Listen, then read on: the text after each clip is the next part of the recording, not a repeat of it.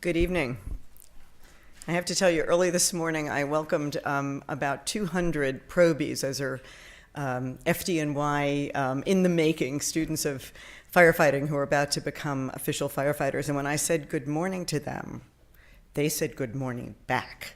And it was the loudest thing I have ever heard. So anyway, woke me up. Anyway, my name is Alice Greenwald. I'm the director of the 9/11 Memorial Museum, and I am absolutely delighted to welcome you to the museum this evening for our special program, which we are honored to offer in collaboration with our partners from the Franco-American Project on the Politics of Memory in Global Context and Columbia University's Committee on Global Thought. This program actually marks the first time the museum is hosting an evening panel. We're only 5 months old, so this is a first. We're in a period of firsts. And it inaugurates what will eventually become a robust series of high-profile evening events and public programs. So you're on the cutting edge of that. We opened barely 6 months ago, and the effort to create this museum involved years of planning and consultations, among them a series of extremely productive exchanges with our French colleagues beginning in 2008 that explored the intersection of historical memory and acts of memorialization within the context of public spaces. During its formative stages, our museum provided a kind of case study for these discussions. Here was a brand new project commemorating an event estimated to have been witnessed by 2 billion people, roughly a third of the world's population in 2001, either as those events were unfolding in real time or during the endlessly repeating broadcasts that afternoon and evening, resulting in an unprecedented level of collective experience. Yet collective experience does not necessarily equate to uniform understanding. With the museum opening just a little over a decade after the attacks, we knew that many visitors would bring their own individual memories to this experience, potentially challenging any imposition of a normative chronicle. Still, inevitably, with every decision, which artifacts to present, how to sequence a storyline tracking events that occurred at the same time in multiple locations, what types of real-time media would be appropriate, to name just a few, we were constructing an exhibition narrative that would effectively codify a history not yet written. Museums and exhibitions are physical spaces.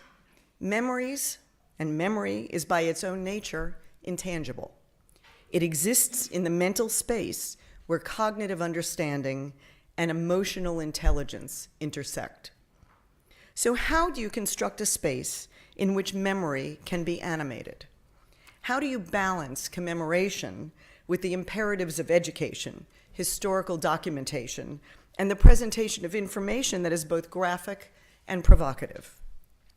And how do you do all that in temporal proximity to the event itself, when key constituencies remain traumatized by grief, both personal and communal, and when the project, subject to intense public scrutiny, must evolve within an at times politicized planning process for a museum commemorating an event at once highly local, distinctly national, and essentially global?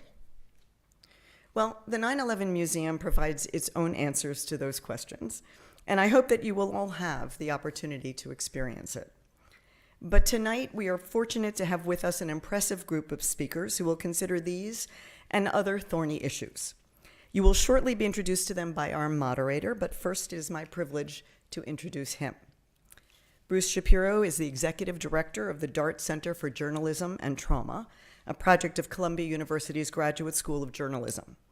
An award-winning reporter on human rights, legal affairs, and politics, Bruce is a contributing editor to The Nation and the author of Shaking the Foundations, 200 Years of Investigative Journalism in America, and Legal Lynching, the Death Penalty and America's Future. I just want to add that Bruce was recently recognized by the International Society for Traumatic Stress Studies with its Public Advocacy Award for outstanding and fundamental contributions to advancing social understanding of trauma. I turn this over to you, Bruce. Thank you.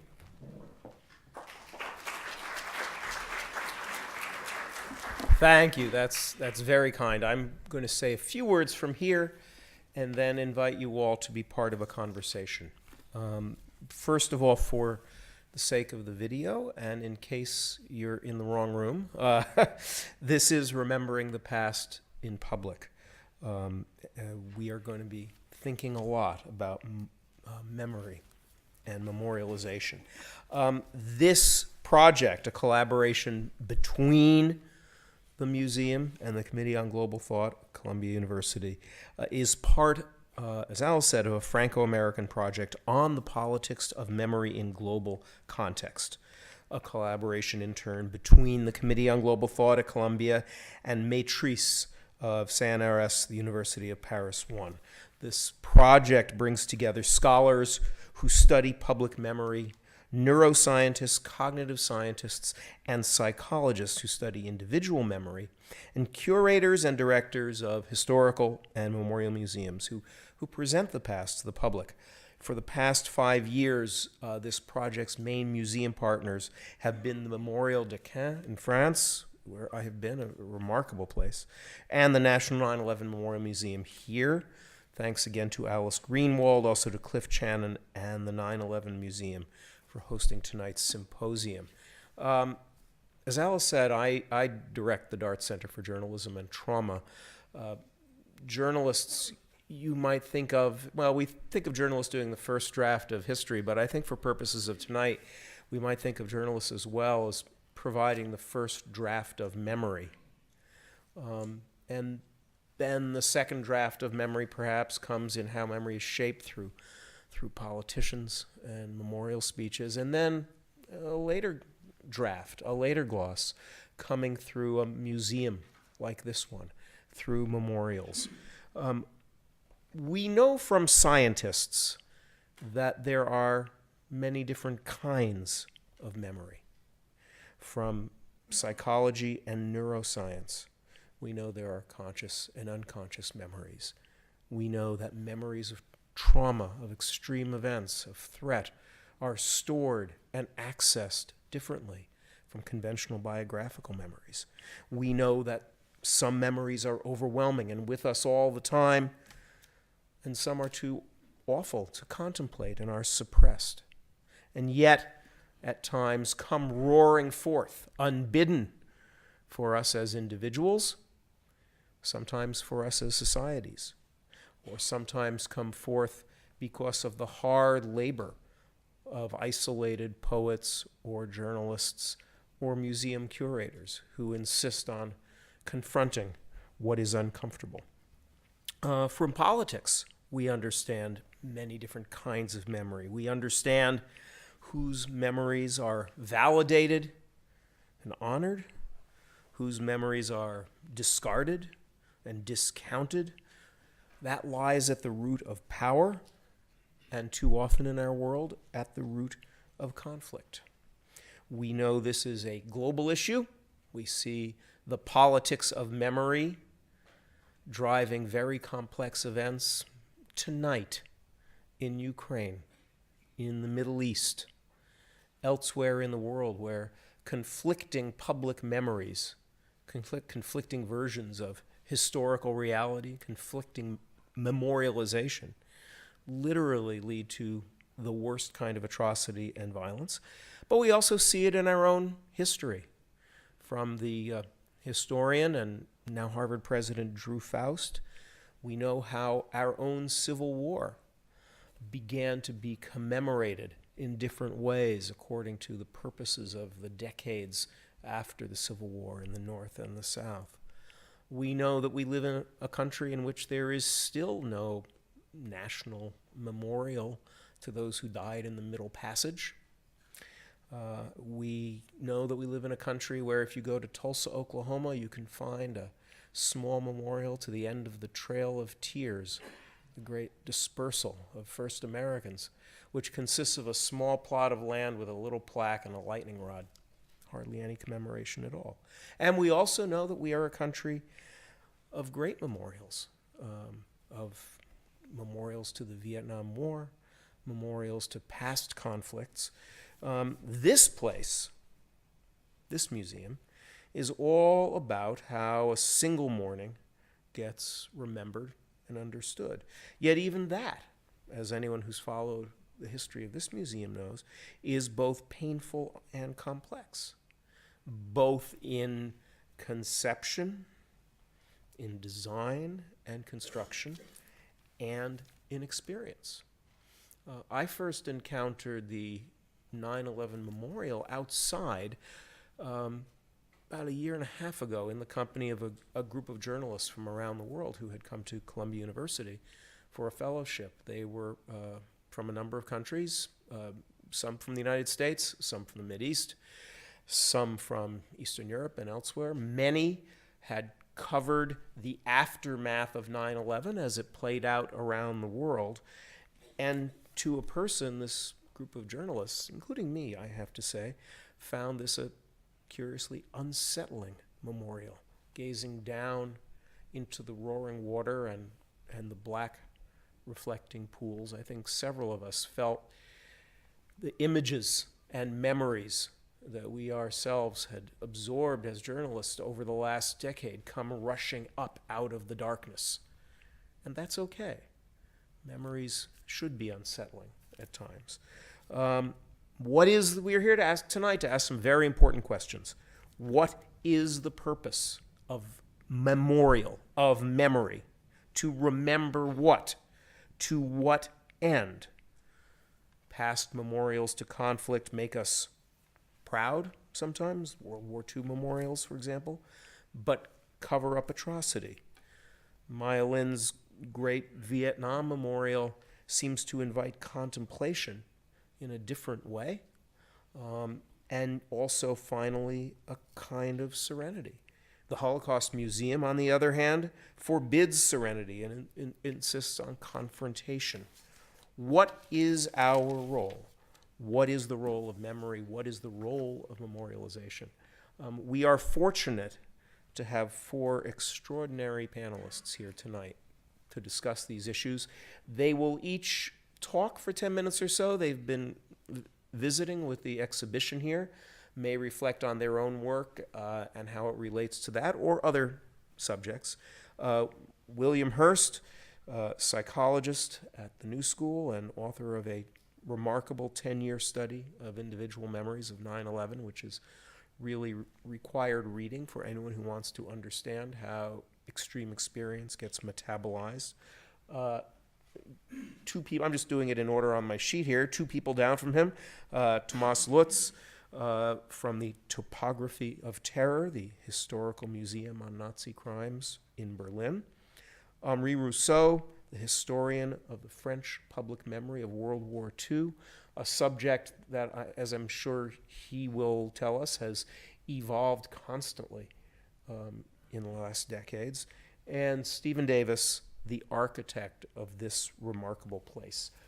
I'm going to now move over to the table, and each of them will speak for 10 minutes or so, and then we'll begin a conversation between them and eventually with you.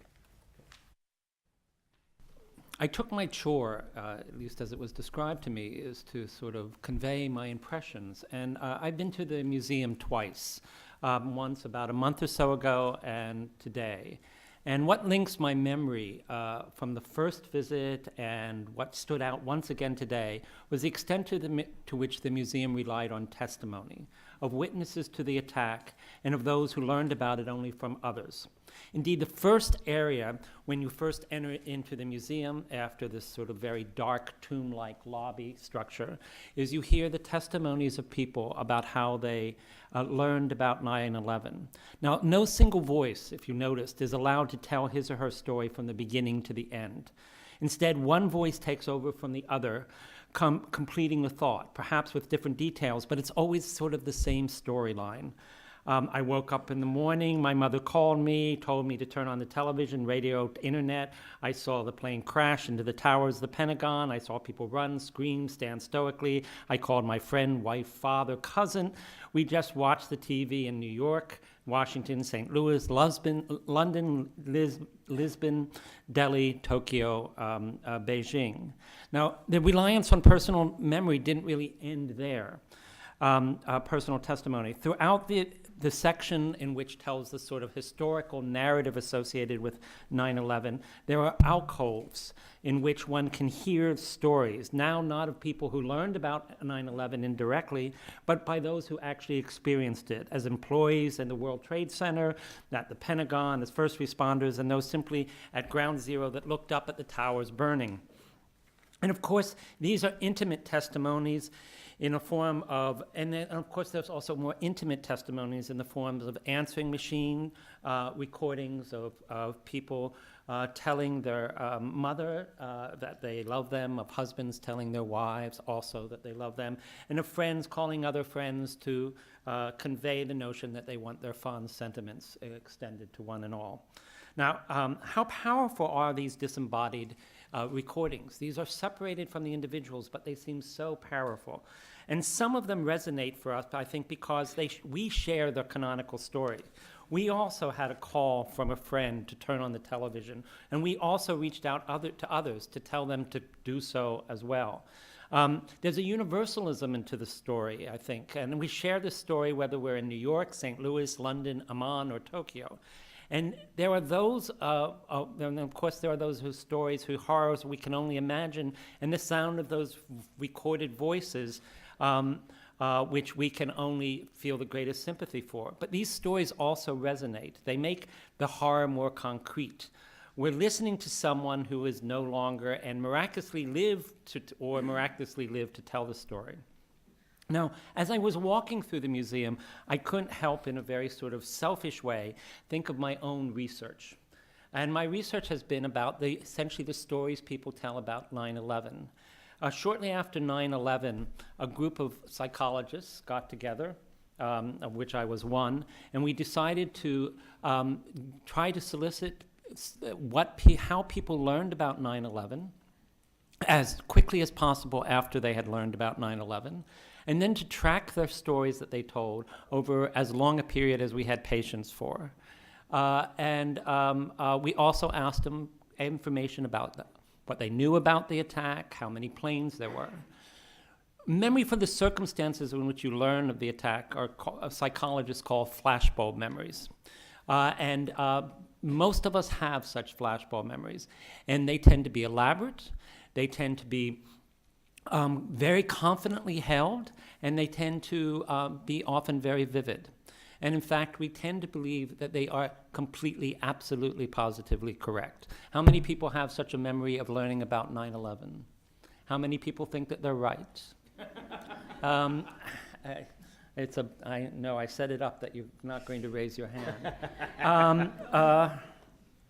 So what we did was, after collecting memories from a large number of people, hundreds of people, thousands in fact, within the first week, which we believe are probably fairly accurate recollections, we then interviewed them a year later, 3 years later, and 10 years later. And what you find, both in terms of your flashbulb memories, the memory for the circumstances in which you learned of the attack, and for the event memories for facts, there's actually a great deal of forgetting in the first year. People are just wrong a good deal of the time. In fact, 63% of the time they're right, 37% of the time they're wrong. And the errors that they make are things such as they will say that their mother called them when their brother called them. They will say that they were at work when they learned about it, when they were on the street when they learned about it. These are rather substantial errors, but they're also often sometimes might be something you might call a time slice error. That is, probably at some point they were on the street or they were at work. Probably at some point they did talk to their brother as well as their mother. I can't now remember which one it was. But in any case, what you find is that these memories tend to have errors in them, and the forgetting tends to be very profound the first year. After that first year, it tends to level off, asymptote. That is, you do not see a lot of more forgetting after the first year. So the stories that we cling to over that long period of time are the stories which may be erroneous in some aspect or the other, but there are stories. There are stories which we have adopted, right or wrong, and they become very integral to us. And we then repeat these stories. And in fact, if you look at the inconsistencies that appeared the first year, and this is not true for event memory, the facts, but it's true for your autobiographical memory, your memory for the circumstances in which you learned of the event. Those errors that you make the first year tend to be repeated. So if you erroneously remember that you were on the street when you were at work, for the next 10 years you tell the story that you were on the street when you heard about it. Not true so for facts, because for facts, you have an outside world telling you things. And occasionally they tell you you're wrong. So, for instance, people did not, after the first year, remember well where George Bush was located when he first learned about the attack. He was at an elementary school in Florida. They did not remember that. But after the third year, they remembered it quite well. It suddenly improved. And the reason why it improved is if you looked at Fahrenheit 9/11, Michael Moore's film, there's this segment of a videotape of George Bush. And you just get, once you see that, it becomes extremely memorable. You reincorporate that fact into your story, and it becomes then part of your story. Surprisingly, how accurate you are, how emotionally strongly you reacted to it initially doesn't really matter. How much personal loss or inconvenience you experience doesn't really matter. In fact, there is no clear single factor which affects how accurate your memories are. There's multiple paths, but what's true is that almost everyone has some sorts of errors, and those errors persist over time. Now, you might ask, why begin a museum with all of these personal testimonies when these testimonies are not necessarily true? You're beginning this museum with something actually that's not true, false. Why do we want to begin the story of 9/11 with these individual testimonies? And I think probably what is the case is that they speak to us in a way that simple artifacts do not speak to us. That the stories are stories that resonate for us, that they are part of us, that we share the same stories, and these stories are not just individual recollections, but recollections that resonate to a larger collectivity. And hence, they appeal not only probably to those people who experienced 9/11, not only to those people who were alive when 9/11 occurred, but they also, I think, appeal to some way to the next generation, of which unfortunately, I've become aware in my class are becoming more and more frequent. But ultimately, I think what is interesting is that this is a museum really about stories. There are artifacts, to be sure, but the artifacts do not convey the sort of thrust that these personal testimonies have. And I think that particularly for 9/11, 9/11 is an event in which the story and how it unfolds is at its very core, and my reaction in walking through the museum is that it captured extremely well that story that is so important for 9/11.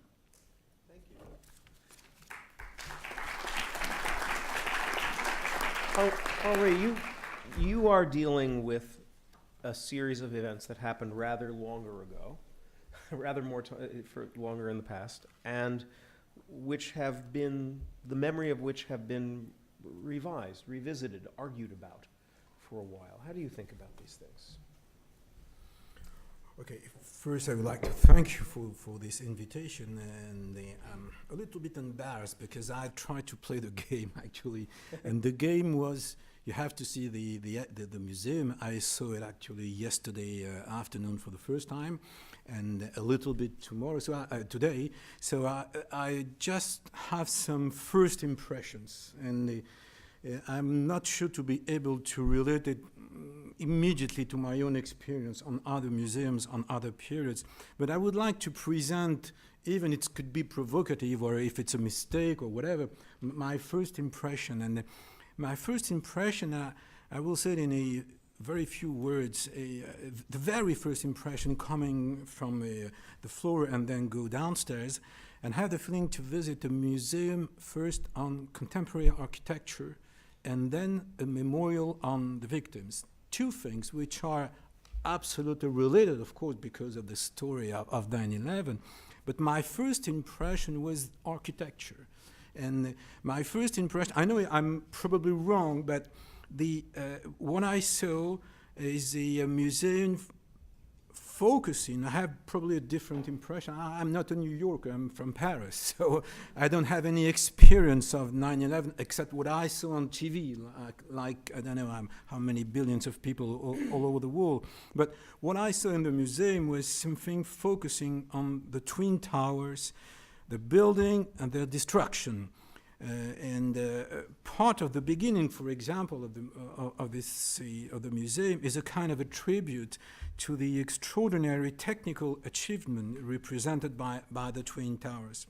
Then, for example, I was really struck by the obsessive presence of these distorted, melted and rusted pillars. I don't know how many you have in the museum, probably 10 or 15. I mean, it's a kind of a repetition. I mean, all along the exhibition, you have this landmark, these columns of rusted steel. So, and then what is impressive, apart, of course, the question of the testimonies, but what you see immediately, what is spectacular, and what you don't see usually in museum World War II. Not the museum of today, not the museum built in the last 20 years. You could see it in the museum of the first generation. I'll come back to this notion in a moment. So what you see, for example, the elevator's engine, the air conditioning device, they are impressive. So they are something you see immediately. So even the question of the slurry wall, I didn't know anything about it. I mean, I learned a lot about this, the question of the wall. Okay, but one of I had immediately two naive questions. I'm sorry, I tried to be, naive, if I'm not completely. First, how such an extraordinary technical achievement could be destroyed so fast? I mean, it's a simple question of I'm a profane, I don't know anything about architecture.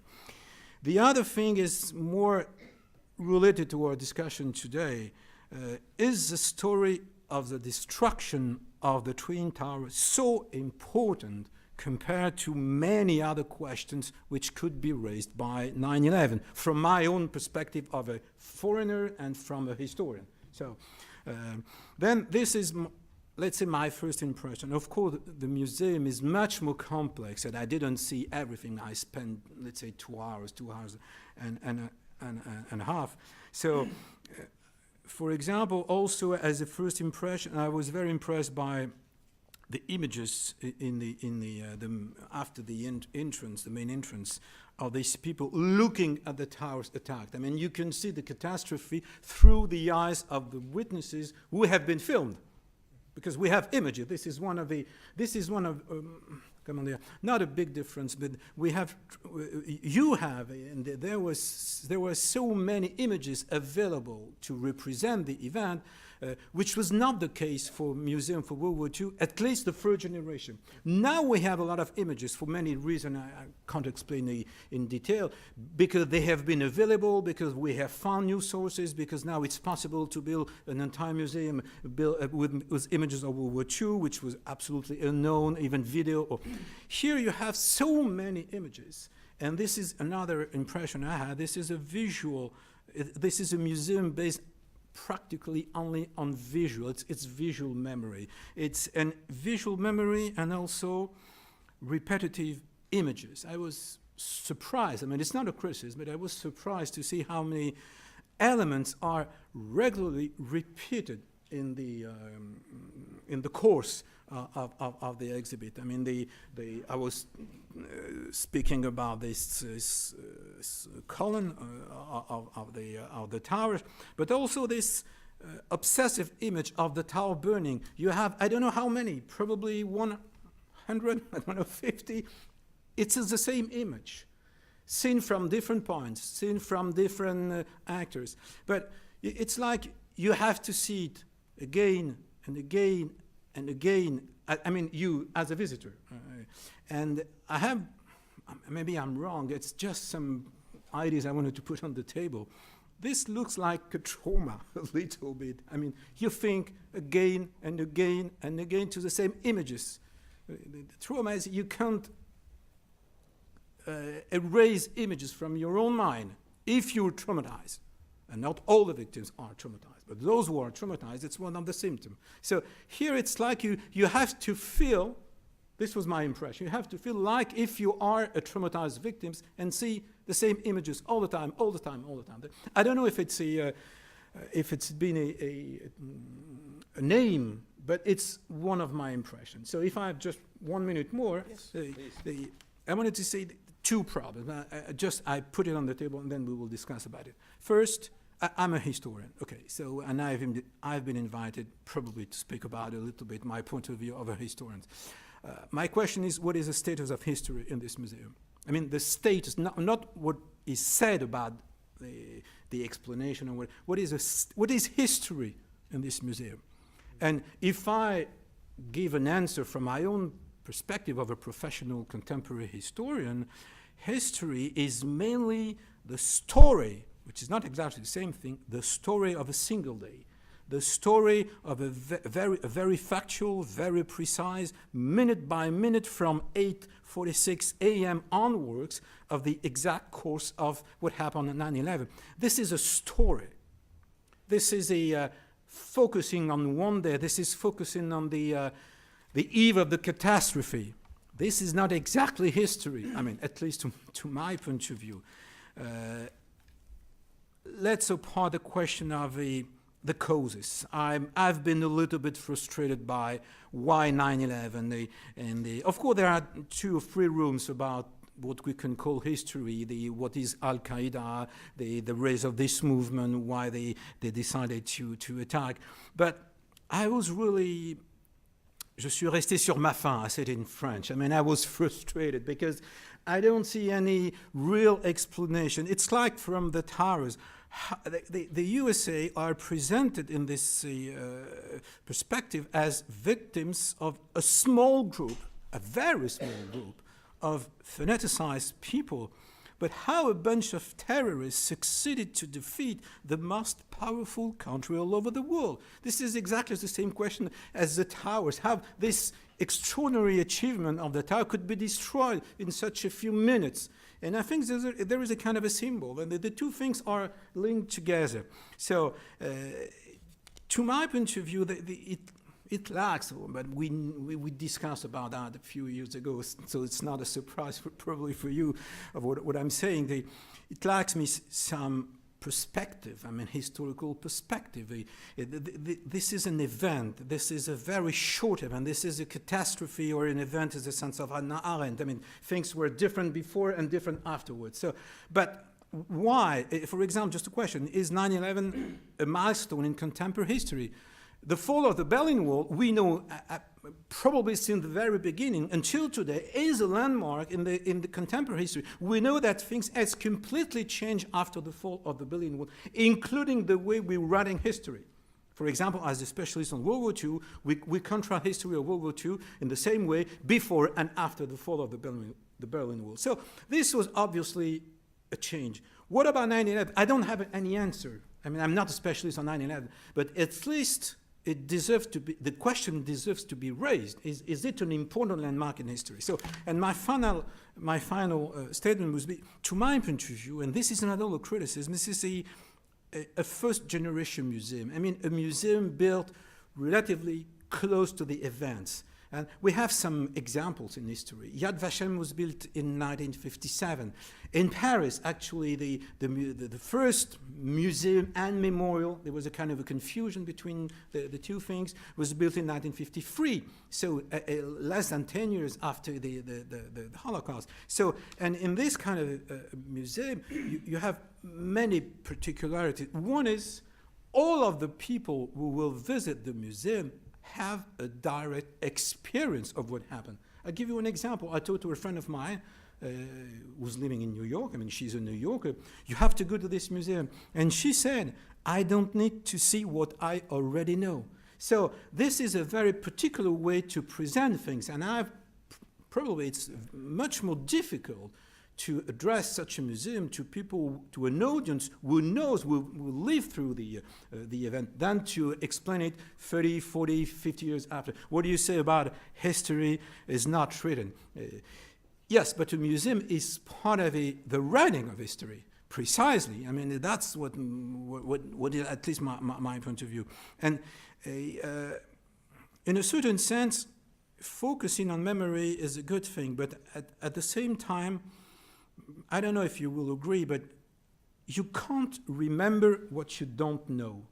I mean, in any historical event, there is part of a, let's say, memory. I mean, I remember I was there, even if it's false, no matter. I mean, I remember. This is based on experience. But for any historical event, you need knowledge, and a knowledge which is absolutely unknown, including by the stakeholders. So that's probably one of my main frustration, let's say. It could have been developed a little bit more, especially because you had a lot of space, you had a lot of money. I mean, I was so impressed. I'm sorry.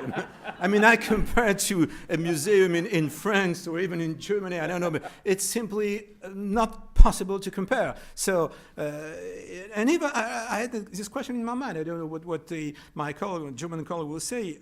I'm not sure that such a museum could have been possible in France, Germany, Italy. I'm not sure. Thank you.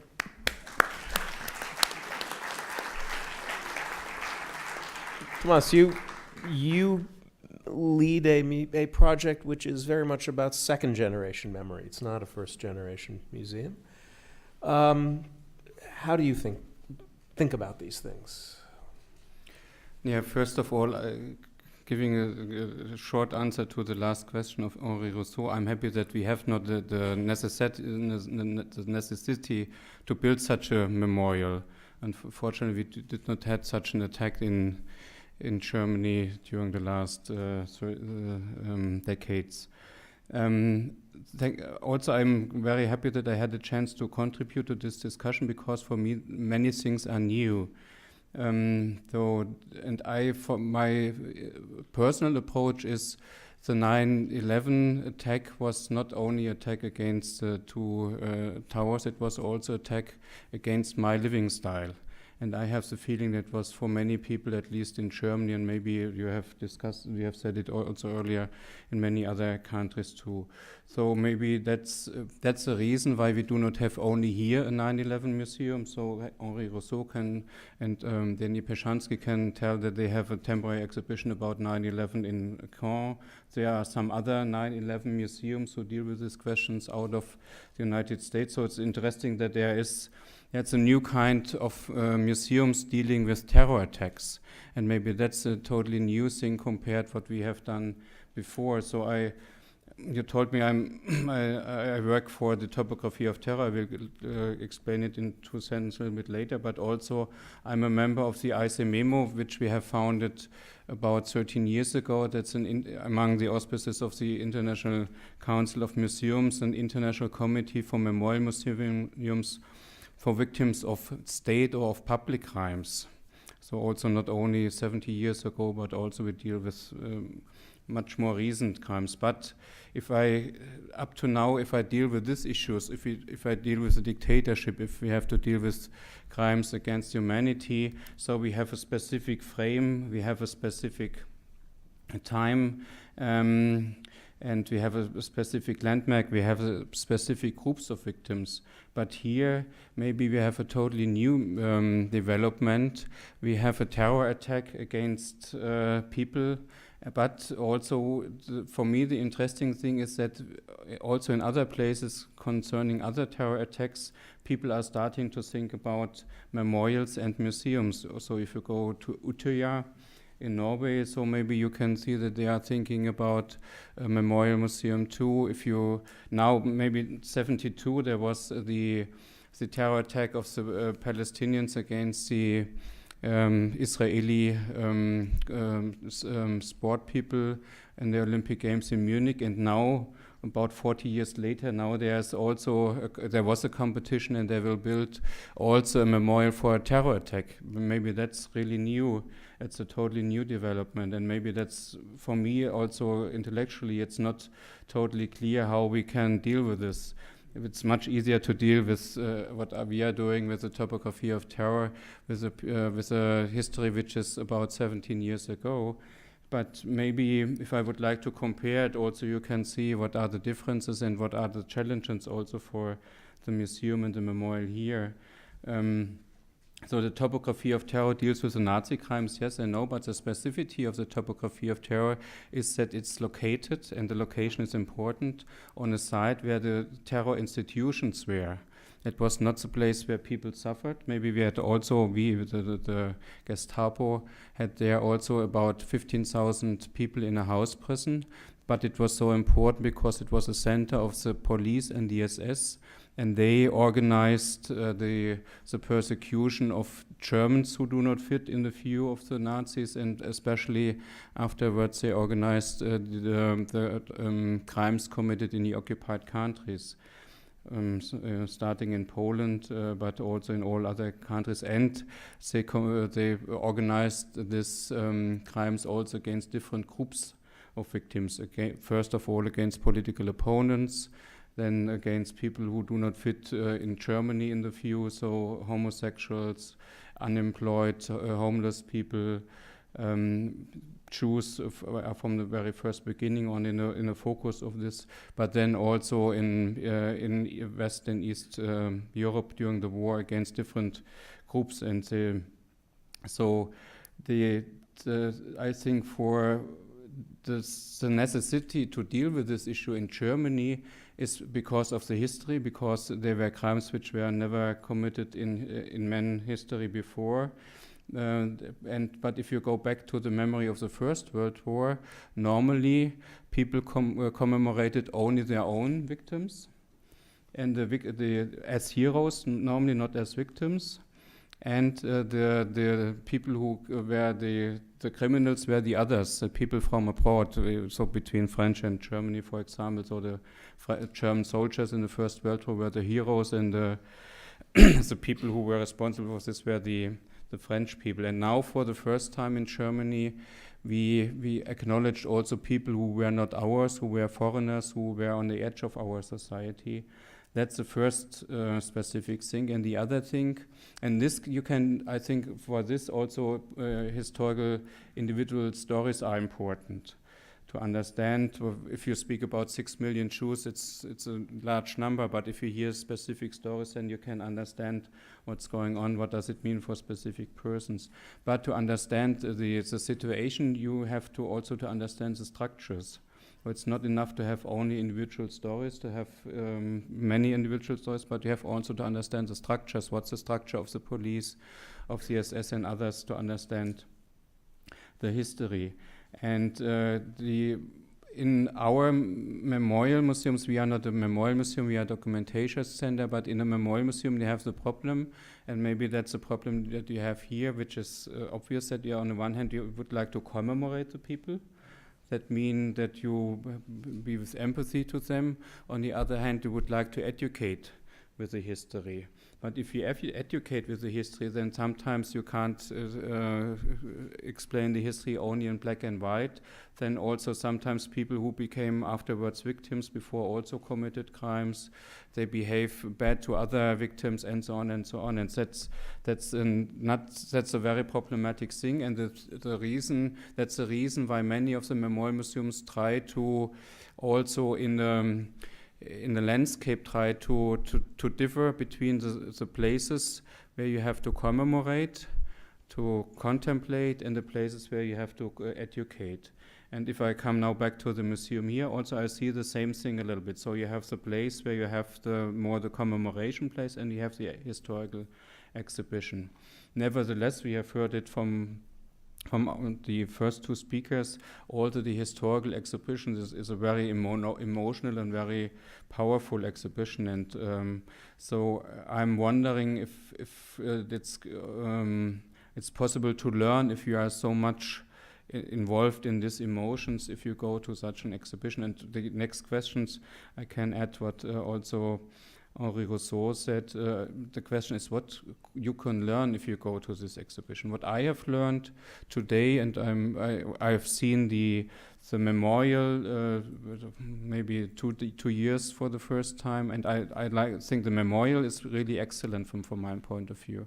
And the museum is also excellent in the way that it explains really one day, what happened in one day. But the question is, what's the framework of this? And I think because it's 13 years ago now, and if I go back to Germany, 13 years, that means that it's the end of the 50s in Germany compared to the Nazi regime. So there was silence there. No one had there was no discussion about what happened during the Second World War. But that are the crucial questions also for a society to find a framework for these memorial museums. And just to give some short comments at the end to what I've heard from the other speakers, I think eyewitnesses, they are now normal in historical education, and it started with the Holocaust, with the survivor of the Holocaust. They invented the eyewitnesses to learning in this field. And the problem is that the eyewitnesses, they bring the history close, but they don't explain the history. They don't have the knowledge of this. And also, I have the feeling that here you have a very, the power of this exhibition is also the technique, the huge building, all the new stuff, and that it collapsed so quickly. Sometimes I'm a little bit missing the focus on the people behind the technique. Maybe that's a tricky thing. Also, maybe I think that 9/11 affects all of us, if I can say this from my point of view, but it's not a milestone for something totally new. Maybe the history or the politics which occurred of them, that's a totally different story from my point of view, and there I had many critiques, but nevertheless I think to explain this day, what happened for this, it's a real excellent exhibition and an excellent museum. Thank you very much. Thank you, Gus. Stephen, we've largely been talking up until now about the content of the exhibition, and yet you are the architect. You are the person who created the container that itself reflects a notion of memory and how it plays out. And I'm wondering, well, you who've had this difficult job of designing a museum to deal with memory at once intensely local and personal to those who are here and to those in New York City, and at once global, as we've heard. What have your thoughts been in designing this? What are your thoughts about the relationship between architecture and memory, the museum itself, the exhibition itself? What are your thoughts? Wow. I think I'm the poster child for all of your academic studies. I remember exactly what happened. I watched it. I'm also frustrated because everybody has their own view about how to develop the narrative of this context of this event. And my family was decimated in the Holocaust. So I volunteered to be interviewed by all of you separately, but at another place. But here's the thing, I'm an architect. And what architects do, and I humbly would submit that good ones are focused on solving problems. And so we had a number of problems to solve. But let's go back a little bit and create a little bit of separation, because I tell people that my job is to be the second dumbest guy in the room. Tonight it's going to be easy. A traditional museum is an icon, right? It's an icon, it contains exhibits. But this museum is an exhibit, which is iconic. So our job was really not to design an icon, but how to develop a narrative which will speak to future generations. Because if you think about it, and I've said this many times before, in 100 years there won't be anybody alive, likely. I know Joe doesn't think that, but 110 years from now, it's very unlikely that anybody alive will have a personal experience with 9/11. So we had to design a museum before a collection was developed, before a narrative was fully contemplated. So we had to make decisions about how over time, this story could tell itself through the architecture without the benefit of the brilliance of the curation and the direction of the museum staff. So we were initially brought in to facilitate the design and construction of the memorial. Michael Arad, Peter Walker are brilliant designers, and they created an armature in a temporal context which was accelerated, and it was done under the glare of the world. There was no decision that wasn't second guessed. There was no design initiative that wasn't criticized. And I have no problem with criticism. I don't particularly like complaints. So if you think about it, we had a team of professionals working together. There were more than 100 people working on the design of this memorial and this museum at any given time. These people had to be directed, so what we did was create a kind of armature. An armature that individual decisions could be brought back to. Because it's impossible to, in a project like this, where there were probably tens of millions of small decisions made over the course of 10 years. So we created essentially a series of bullet points. If you couldn't get to one of the design partners, then you had to relate to these bullet points. And one of them was memory, and we've talked about memory tonight, particularly cultural memory, which, to my understanding, which is naive and unsophisticated, but my understanding of cultural memory is that there is it's very difficult for the human brain to separate physical context and events. So if you're on the eastern side of the Brooklyn Bridge and you look out across the skyline, if you remember the towers being in that horizon, then it's impossible to look at it again and not see them. So memory and people's memories are their own. Right, wrong, I don't think it really matters.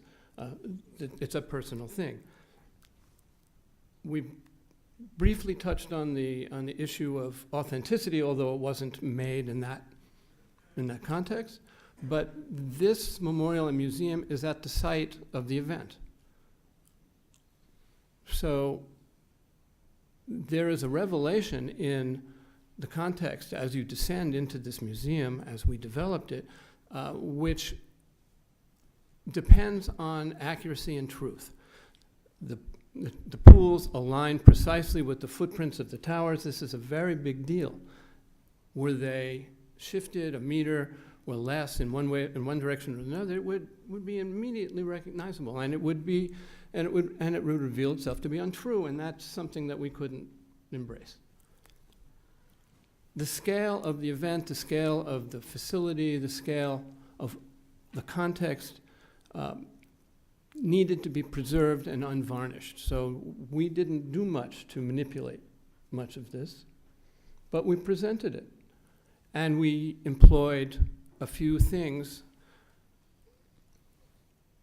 in the development of a say, call it a procession, in which we progressively disclose elements of this site.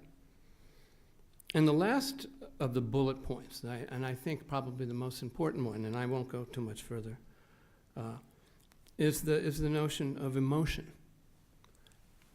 For our team and for me, the definition of emotion is the consequence of events on your state of mind.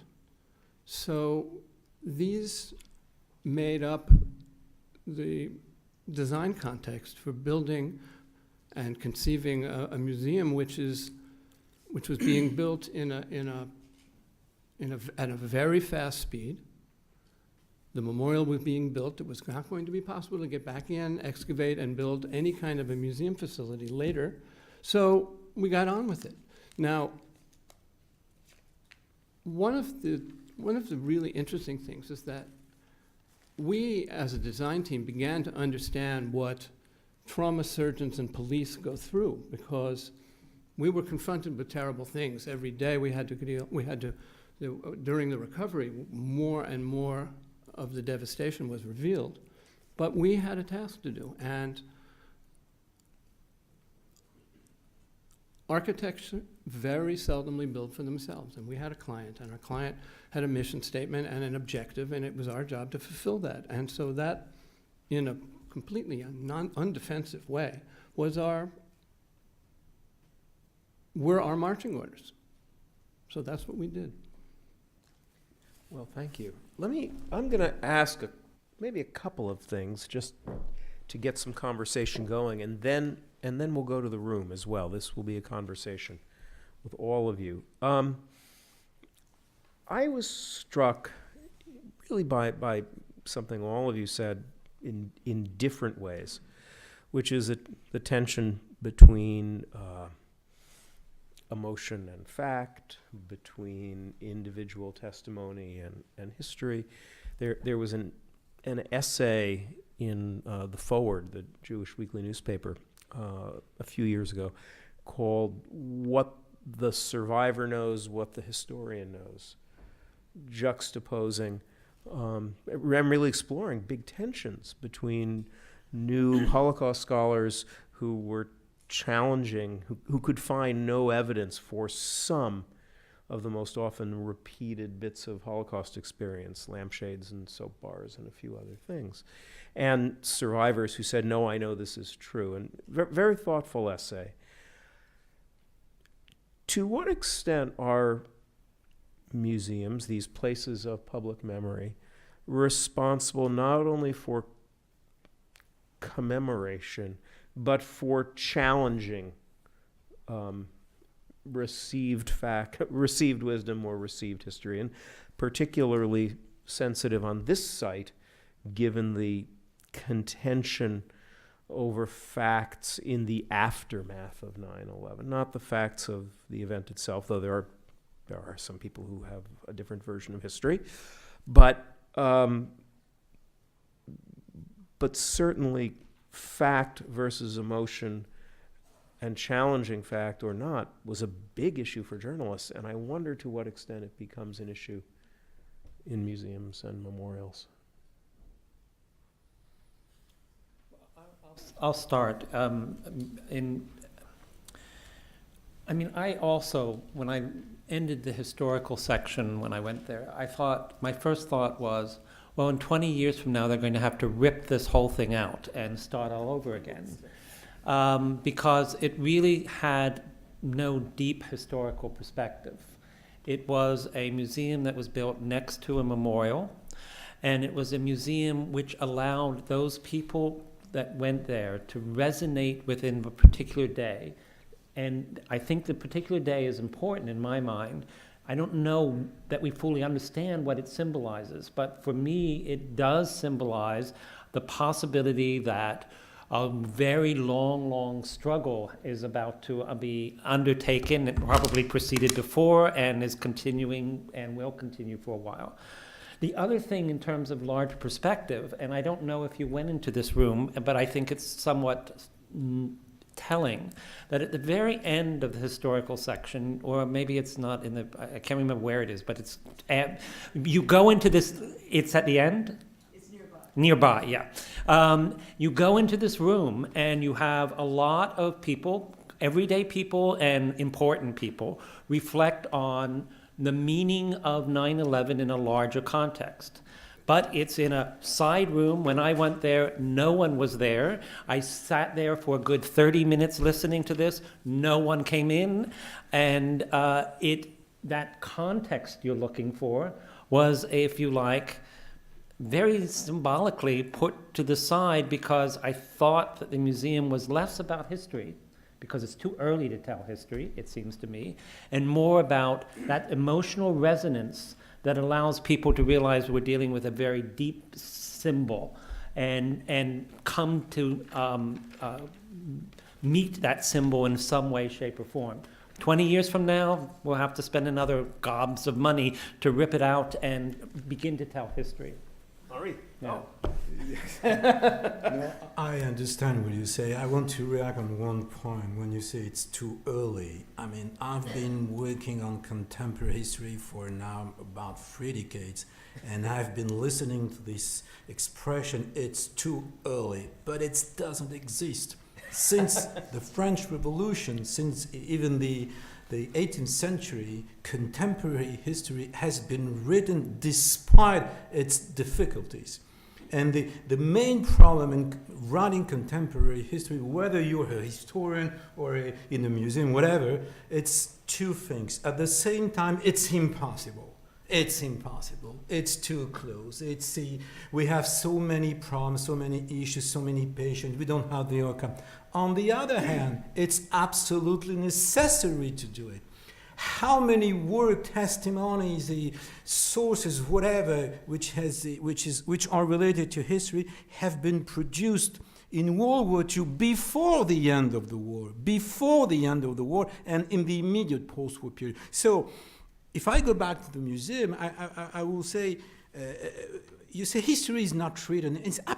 You're absolutely right, but precisely to my point of view, the role of your museum is to write part of this history. If I ask the question, what will be the influence of the historical narrative within such a museum compared to our job as a professional historians, our job is peanuts, excuse me the expression, compared to the influence of TV, museums. So this is part of the global general historical narrative and the event. And just another thing, history is not just facts. Sorry.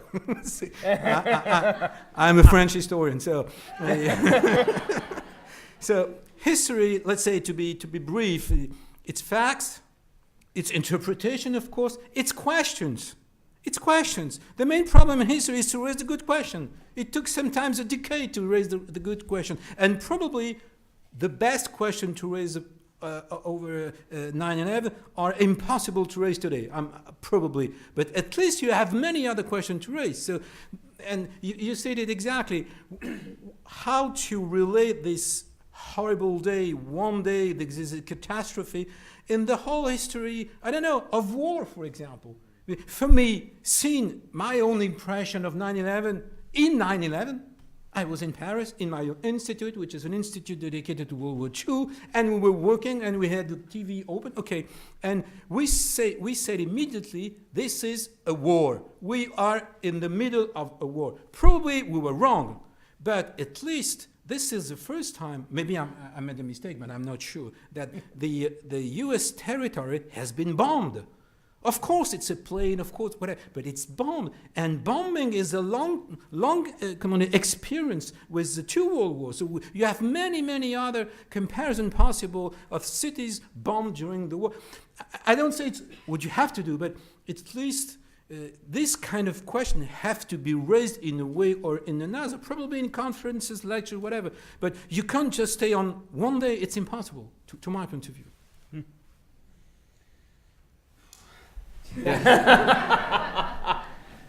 Yeah, very generally spoken, I think it's called a memorial museum. That means the first aim is to commemorate. And whom do you commemorate? The people who suffered there.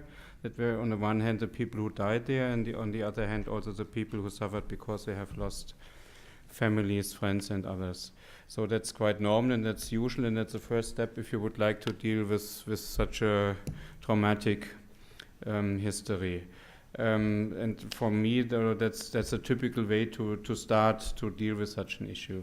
Maybe what I try to point out is the difference to what happened in Germany 14 years after the end of the Nazi regime, is then that the people which were critical to the society started to commemorate not their own victims, but the other victims.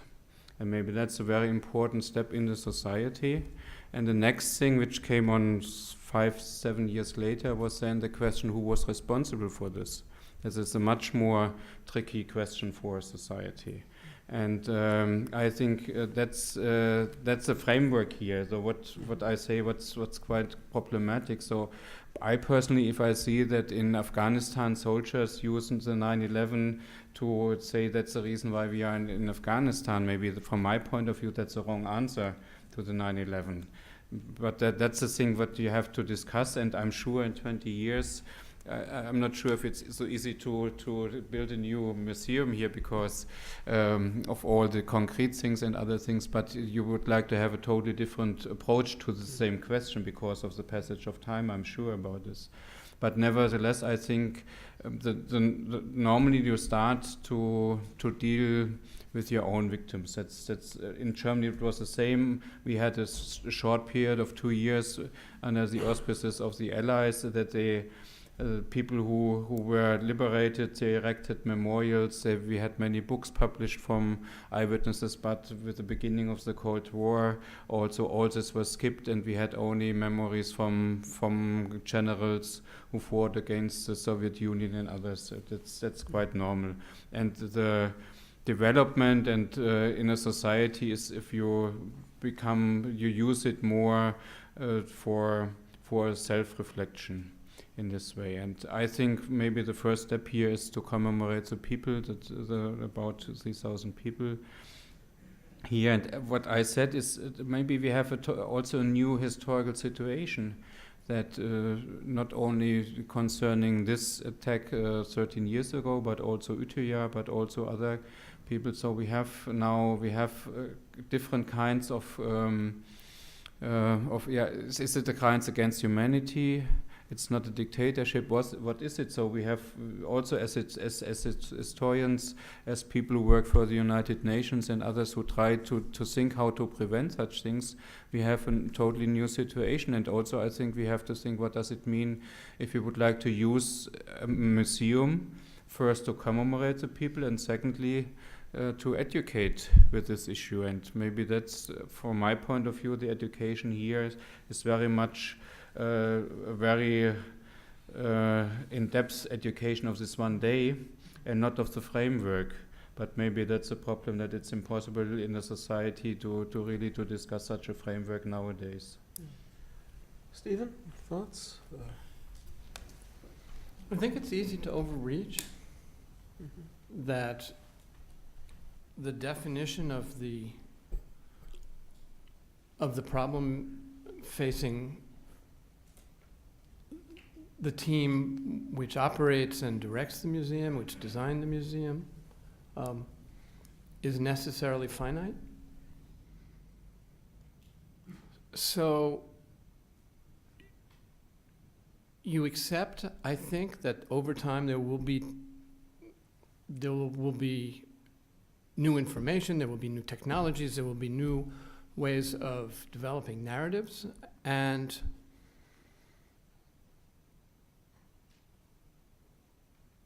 the debate about humanity and its imperfections, I think, are intertwined, but not necessarily on the same vector as what can be achieved in any individual institution. So if this institution can inspire this kind of debate, then it's gone a long way, I think, to beginning to address much bigger problems which need to be discussed and be discussed openly without violence or retribution. So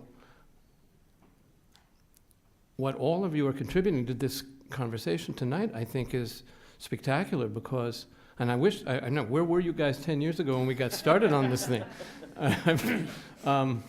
Would have been great. But we're not going to be able to go back in and redo these things. So we exercise judgments about ways to accommodate change over time, change, not just change, but knowledge. So I think what we've done is built in a kind of institutional optimism, which is because I don't see the message as anything but forward-looking. We're not going to be able to undo what's been done, but maybe we can inspire a different kind of debate, a different kind of engagement. And I think that's the role of this institution in this particular context, that it's imperfect. But here we are. Let me ask you each something, and yeah, go. The response about contemporary history, of course you can do contemporary history, but there's a difference between a historian doing it and an institution doing it. I mean, this is a very expensive undertaking which requires a consensus. You can write a book, and what does it cost? Not much. And I and it's a very, very different sort of endeavor. So I think to sort of ask that an institution that has a large constituency that they have to address to do contemporary history is different than asking a historian to become engaged. And the historian wants to respond. So To give you just one information. Yes. You go to Paris today, you could see an exhibit, which at the Musée Carnavalet, which is the Museum of the History of Paris, and there is an exhibition on the first exhibition given on the liberation of Paris. Okay, an exhibition on the exhibition, and this exhibition, when did this exhibition occur? In November 1944. In November 1944, you can see a lot of photos taken during the liberation and exposed 2 months later, and even the country was not liberated. I mean, and the war was not over, of course. And you had so many people come to this exhibition who went through the event. I mean, they went, as my friends say, they went to see what they already knew. So it's possible. It's not. It's a choice. And I understand the question of the consensus. I understand. Let's go to questions from the room. Keep them quick and focused. Answers will be kept quick and focused, just so that we can get to as many people as possible. Third row back. Female. Yes.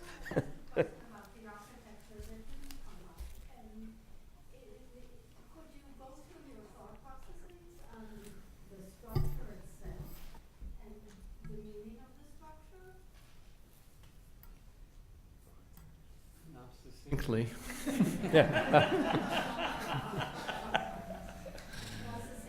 So the question, and the future, yeah.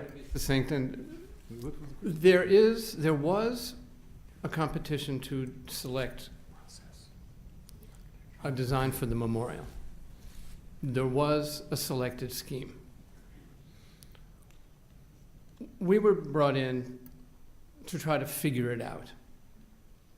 So the structure that you see in the museum is holding up a plaza made up of 6-inch granite pavers, and tens of thousands of them, the 2 largest active fountains in the world, 37,000 gallons per minute per fountain, all being recycled.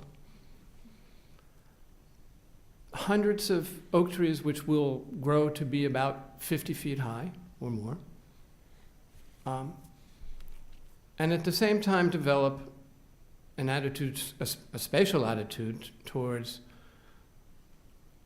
a museum which was evolving. It just, in its concept, was evolving. So what you see in terms of the structure is doing a lot of work, solving a lot of problems that needed to be solved quickly so that the memorial could get built and opened. So there was a lot that we inherited, there was a lot that we created, but it's all doing work in multiple ways, if that answers your question. Well, I had nothing to do with this building. okay. So, and let's again keep questions focus. And also, when you ask, if you could stand up and speak loud so the whole room could hear. Sir, front row. I'll speak loud, but I won't stand. The question is very simply, you have memorial and you have museum above you.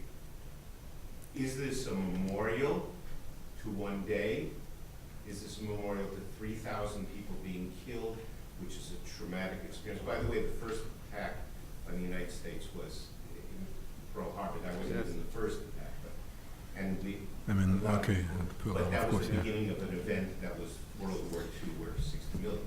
So the question is, what is the role of the memorial, and what is the role of the museum? Mm-hmm. And if they get confused, how do they mess up? Any thoughts on that? Yeah, I have the feeling that there's a trial to split it. You have the historical exhibition, and you have those spaces where you can have the contemplation and memorial sites, and you have outside you have the memorial. But as I pointed out, also the exhibition is a very strong, powerful, emotionally exhibition, and so and forever, if you have the memorial in your mind, it's not so easy to go to forget it if you go to the exhibition. So on the one hand, maybe that's a problem of all of the memorial museums. You have the same if you go to Dachau, to Auschwitz or so, you have the same problem, that on the one hand you would like to educate people, but on the other hand, if they know that they are in such a space, it's not so easy for them to forget this and to be open. And also it's a problem in our education. I don't know which experience you have here, because our aim in education is to be as open as possible, but there's a border, and the border is the dignity of the victims. And if you have this border, you can't have an open education, and maybe that's forever a tension in such a place between to commemorate people and you educate people, and you have to figure out the best way to deal with this tension, but you can't solve it. I would answer that by saying it's a memorial, and it's probably the use of the word history when they guides say go to this part for the history part is a misnomer. It's misleading. I mean, when you lose a loved one and then you recollect it, often you will tell the story of the day in which you got the phone call, in which you learned about it. That day in which that loved one died becomes hugely important to you. And I think for good or for bad, and certainly not forever, that that day has this sort of resonance, not just for the United States, but for a larger group of people in the world. And I think at some level, it's not a museum. It's certainly not a historical museum in my mind. What it is an extension of the memorial. And for the people that come here, they are essentially memorializing. You listen to the people when they talk. It is a memorialization. And which is why I thought in 20 years, maybe this won't be the appropriate thing. The museum as a piece of architecture in my mind offers a lovely space which allows a lot of different exhibitions. And as a consequence, it has that potential to change, as all of our understandings of the past has that potential to change. So I would say it's really just an extension of the memorial in some way, shape, or form. Okay, yes, in the red shirt. Stand up, please, so we can hear. I'd like to presume to answer the question. We have a microphone. Okay. Nope, well, okay. Well, it'll be easier for the... Stand. It's easier anyway. I'd like to presume to try to answer the question about the sense of the architecture, the intention of the architecture, just from the point of view of one person who has just seen it for the first time today. And that is that while there's a certain beauty and inspiration to it, because it's so high, at the same time, it's dark, it's scary, you are tumbling down, and you never know what's around the next corner. Now, I was living in New Jersey on the day of 9/11, and I couldn't understand what it might have felt like to be there. And when I visited, eventually, several weeks later, the site, it was a mess, of course, but I still didn't experience it. And I think that this space attempts to give you the understanding of falling, just as the water does in the fountains, of falling, and never knowing what's around the next corner. Scary. I was sad in a way to see people bringing small children there, because I thought it was quite a frightening experience, which was so completely appropriate. Thank you. Thoughts, anyone? Stephen, do you have any? Well, that's a wonderful response, and I'll tell you why I think so. And it actually comes back to your question. I don't know that there's an independence of the memorial and the museum. I think they're completely it's an integrated experience, and intentionally so.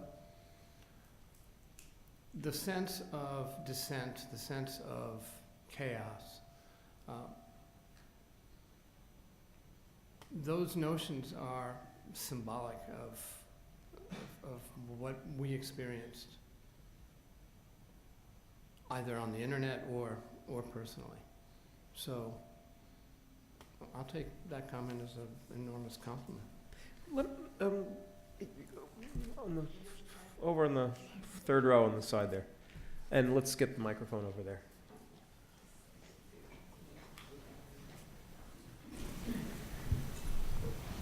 Okay, I live in the neighborhood, and so I had a close experience, but of course nothing like the horror of being in the building or losing somebody that I loved, right?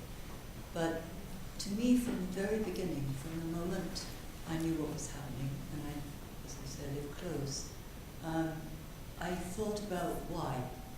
Why was this happening, right? Who did it? And what has been shocking to me ever since has been the lack of that kind of contextualizing of what happened.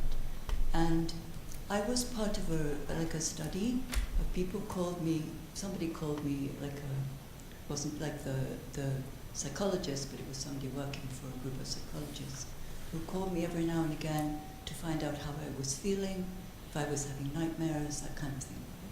Of course, I was completely traumatized by it, like everybody who lived nearby, right? And one of the interesting things too was the degree to which people were not traumatized who didn't live nearby, right?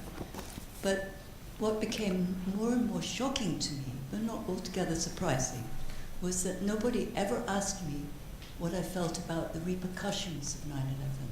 Nobody ever asked me what I thought about going to war, about dropping bombs on people, about causing millions of people to be killed, maimed, displaced. And that's utterly shocking to me.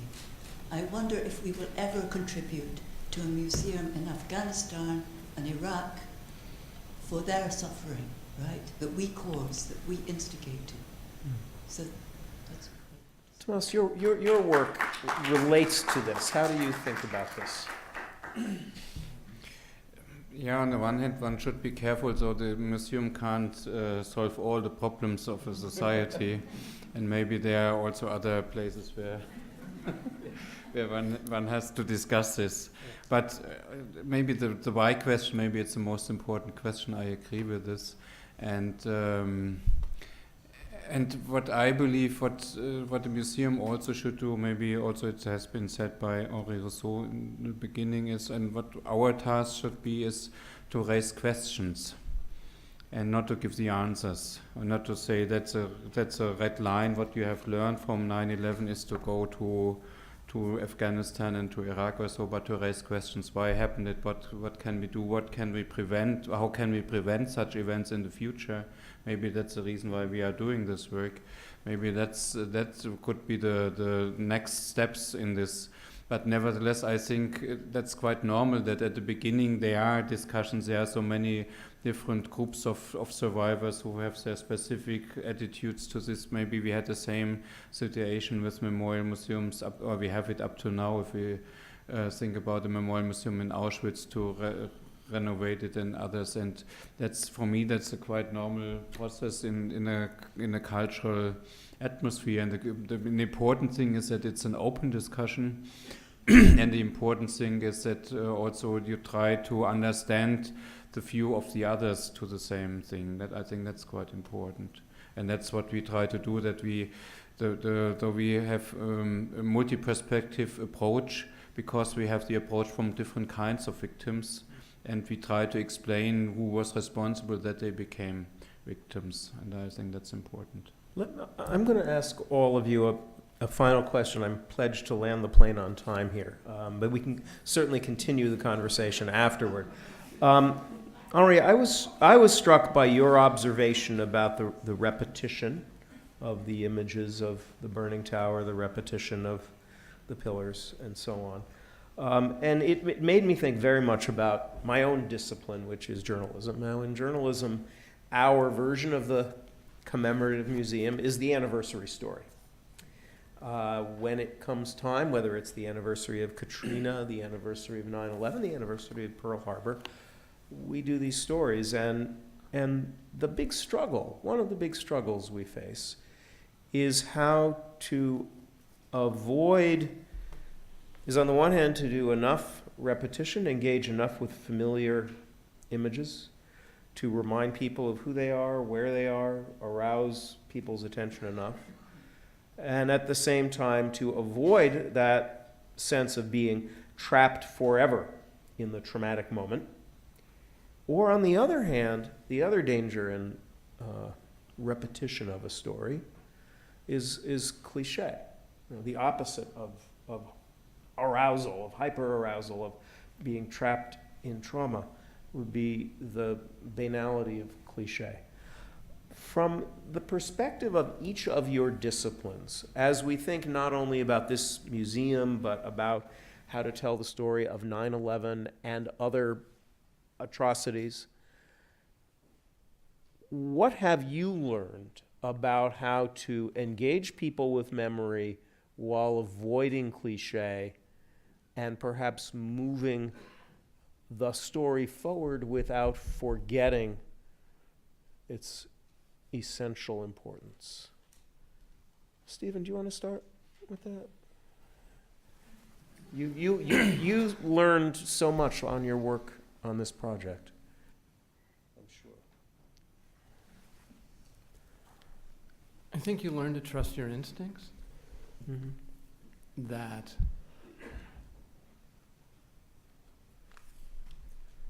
if you listen and you absorb and you process,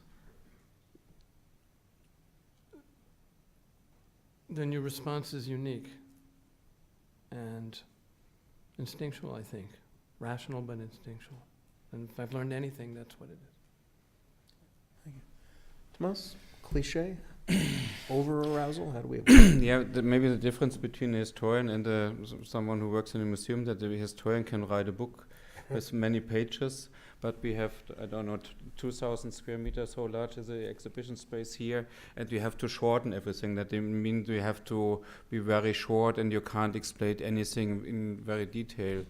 So I think, nevertheless, you can avoid cliches, and what one can do is, on the one hand, to use icons, but on the other hand also use things which are normally new for visitors, and to bring this in a clever way together and to raise questions and not to give a clear answer what you can learn from this. I think that's important. And for me personally, I know that we need these days of anniversary. Next year we will have the 70th anniversary of the end of the Second World War. This year we had the 100 years anniversary of the First World War. I personally say, so I work for 365 days on this field. I don't need one day.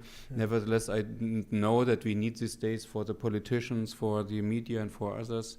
But quite often I hear politicians who do only lip service on such days. And so I think that's more and more that becomes a problem, that we hear forever the same lectures from them, and that's much more important to have the possibility to have programs for education, for other things, instead to give so much money for only one day. Okay. Henri?